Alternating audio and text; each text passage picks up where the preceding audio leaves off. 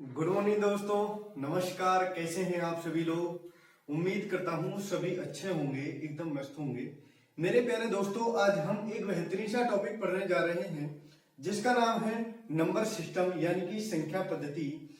ये होता क्या है, बेसिकली बहुत ही डिटेल से बातें करेंगे इसके बारे में हम। तो शुरू करते हैं चैप्टर को अपने को, नंबर सिस्टम।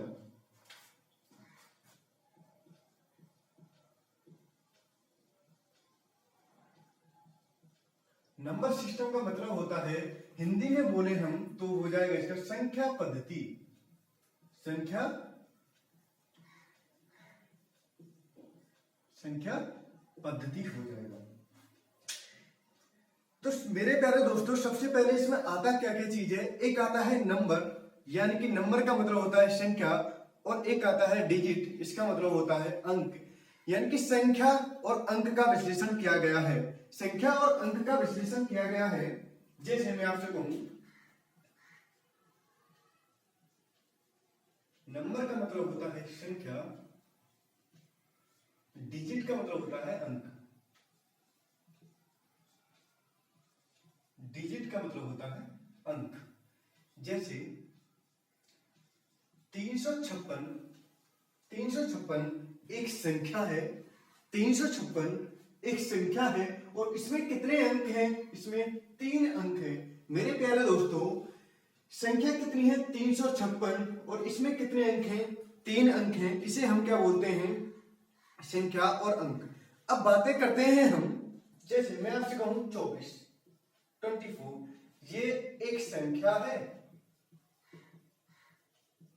और इसमें 2 अंक हैं। एक संख्या है, 2 अंक हैं।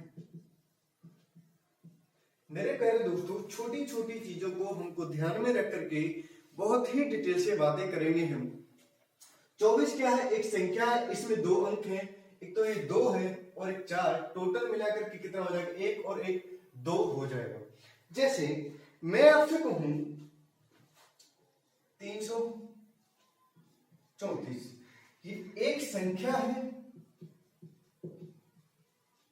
और इसमें कितने अंक हैं? 3 अंक हैं। मेरे प्यारे दोस्तों, कितने अंक हैं इसमें? 3 अंक हैं। 1 2 और 1 3। ये एक संख्या है और इसमें 3 अंक हैं।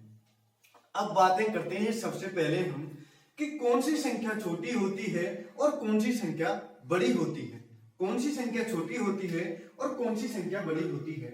जैसे मैं आपसे कहूं, सबसे पहले हमको ध्यान रखना है, यदि संख्या प्लस की तरफ चलती जा रही है तो इसका मतलब है संख्या बड़ी होती जा रही है। यदि संख्या माइनस की तरफ चलती जा रही है तो इसका मतलब है संख्या छोटी होती जा रही है।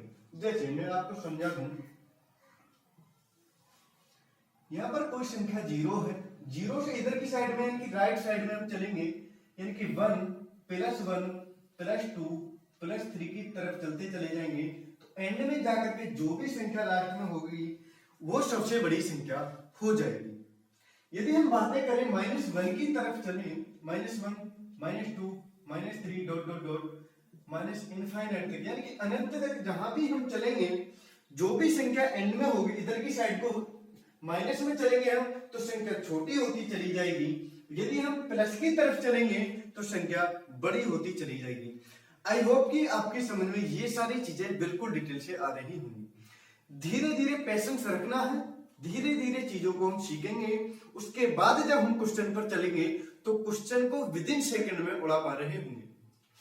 अक्सर ऐसा एग्जाम में आ जाता है, -334 ये जो 34 है और 1 है। अब हमसे पूछा गया है कि कौन सी संख्या बड़ी है।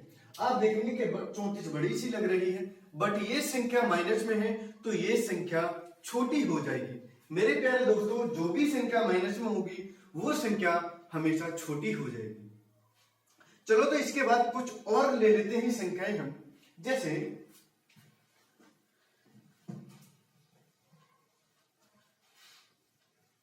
अब एक चीज और आती है, स्थानीय मान और जातीय मान। स्थानीय मान तो आप सभी ने पढ़ा होगा, बट जातीय मान कुछ लोगों ने नहीं पढ़ा होगा। तो ये होता क्या है, इन चीजों पर बहुत ही डिटेल से बातें करेंगे हम। जैसे मैं आपसे कहूं 365 345 संख्या है। 345 ये एक संख्या है और इसमें 3 अंक हैं। अब बातें करते हैं मेरे प्यारे दोस्तों, हमसे पूछा गया है स्थानीय मान व जातीय मान में अंतर बताइए। अंतर या योग कर लेते हैं, क्या कर लेते हैं हम, योग कर लेते हैं, योग बताइए।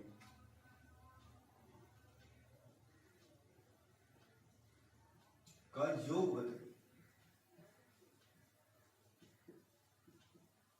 तो प्यारे दोस्तों हम कैसे करेंगे, जातीय मान निकालने का एक अलग तरीका होता है और स्थानीय मान निकालने का अलग तरीका होता है। जैसे ये संख्या लिखी हुई है 345, यदि हम इसका स्थानीय मान देखें तो जो भी संख्या जितने नंबर पे आती है उसे लिख लेते हैं, यानी कि 5 पहले नंबर पे आती है तो 5 लिख लेते हैं। यदि हम 4 का स्थानीय मान देखें तो 4 लिख लेंगे, और इसके आगे जितनी भी संख्याएं होती हैं, इसके आगे जितनी भी संख्याएं होती हैं उतनी हम जीरो लगा देते हैं, तो जीरो लगा देंगे, क्या हो जाएगा, 40 हो जाएगा। ये स्थानीय मान निकाला जा रहा है। अब बातें करता हूं मैं 3 की, तो 3 देखते हैं, 3 के बाद कितने अंक हैं, 2 अंक, तो 2 ये 300 हो जाएगा, यानी कि 5 का स्थानीय मान 5 हो जाएगा, 4 का स्थानीय मान 40 और 3 का स्थानीय मान 300 हो जाएगा। यही बातें करें हम, ये हो जाएगा स्थानीय मान।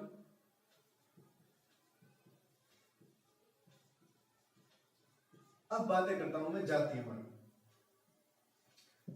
345 संख्या लिखी हुई है और हम ज्ञात करना है हमको जातीय मान। जातीय मान तो 5 का जातीय मान 5 हो जाएगा, और 4 का जातीय मान 4 हो जाएगा, 3 का जातीय मान 3 हो जाएगा, 3 का जातीय मान 3 हो जाएगा। अच्छा यहां पर लिख लेते हैं 3 का स्थानीय मान में जातीय मान का योग बताइए, ठीक है।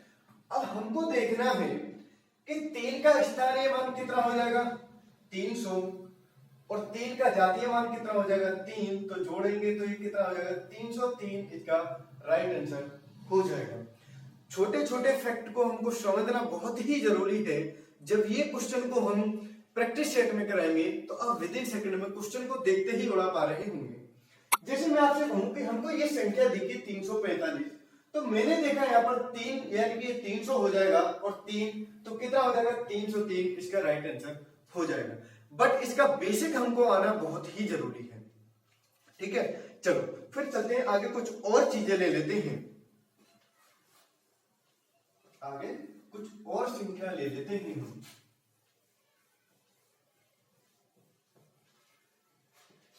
अब बातें करें हम 45 है, 45 है। अब हमसे पूछा गया है 4 का जातीय मान और स्थानीय मान का योग बताइए। तो 4 का जातीय मान कितना हो जाएगा, 4, और स्थानीय मान कितना हो जाएगा, 40, तो जोड़ेंगे कितना हो जाएगा, 44 इसका राइट आंसर हो जाएगा।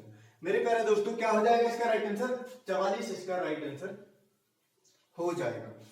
अब जो मेन इंपोर्टेंट चीज है हम उसकी तरफ चलते हैं। अब बातें करते हैं हम संख्याओं की। संख्या कितने प्रकार की होती हैं, कैसी कैसी संख्याएं होती है, उन सारी संख्याओं पर हम बातें करते हैं। जैसे मैं आपसे बातें करता हूं नेचुरल नंबर, यानी कि प्राकृतिक संख्याएं। प्राकृतिक संख्याएं यानी कि नेचुरल नंबर।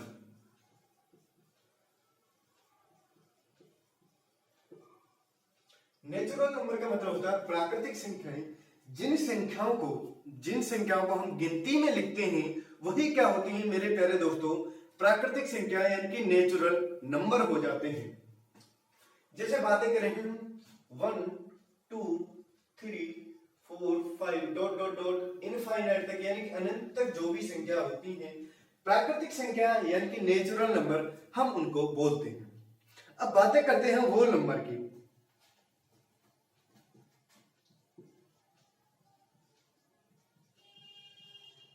होल नंबर होते क्या है, होल नंबर होते क्या है, जिन संख्या, होल नंबर का मतलब होता है पूर्ण संख्याएं।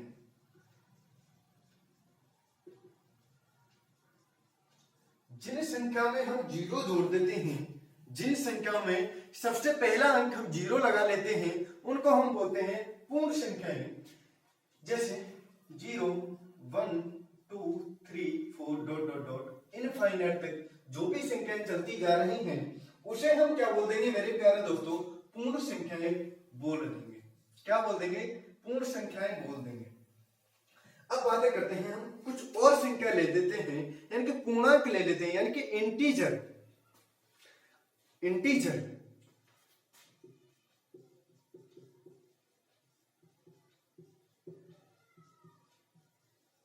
इंटीजर इंग्लिश पर बिल्कुल भी नहीं जाना है क्योंकि मैं मैथ का टीचर हूं। तो बातें करते हैं पूर्णांक क्या होते हैं। जो भी संख्या अपने आप में पूर्ण होती है, जैसे मैं आपसे कहूं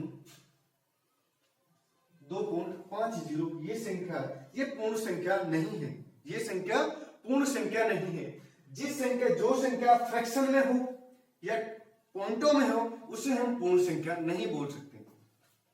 अब यहां पर बातें करते हैं पूर्ण संख्या होती क्या है।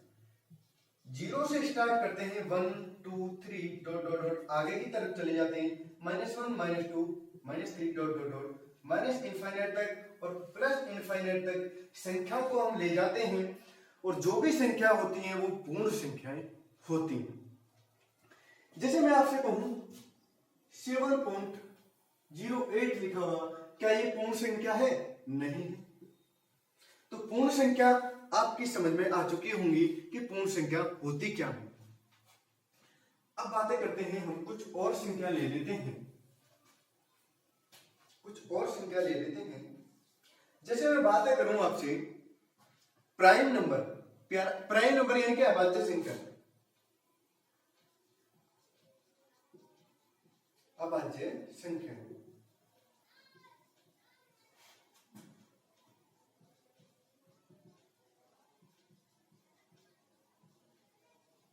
प्राइम नंबर यानी कि अभाज्य संख्या। अभाज्य संख्या मेरे प्यारे दोस्तों कौन सी संख्या होती है? अभाज्य संख्या वे संख्या होती हैं जो किसी भी संख्या से नहीं करती हैं। जो संख्या किसी भी संख्या से नहीं करती हैं उन्हें हम अभाज्य संख्या बोलते हैं। जैसे मैं आपसे कहूं 2 5 7 और 11 आगे तक संख्या चलती चली जाएगी। मेरे प्यारे दोस्तों एक अभाज्य संख्या है या नहीं, इस चीज की जानकारी भी मैं आपको अभी दूंगा। इनका एक और तरीका होता है, जो संख्या होती है उन संख्याओं के फैक्टर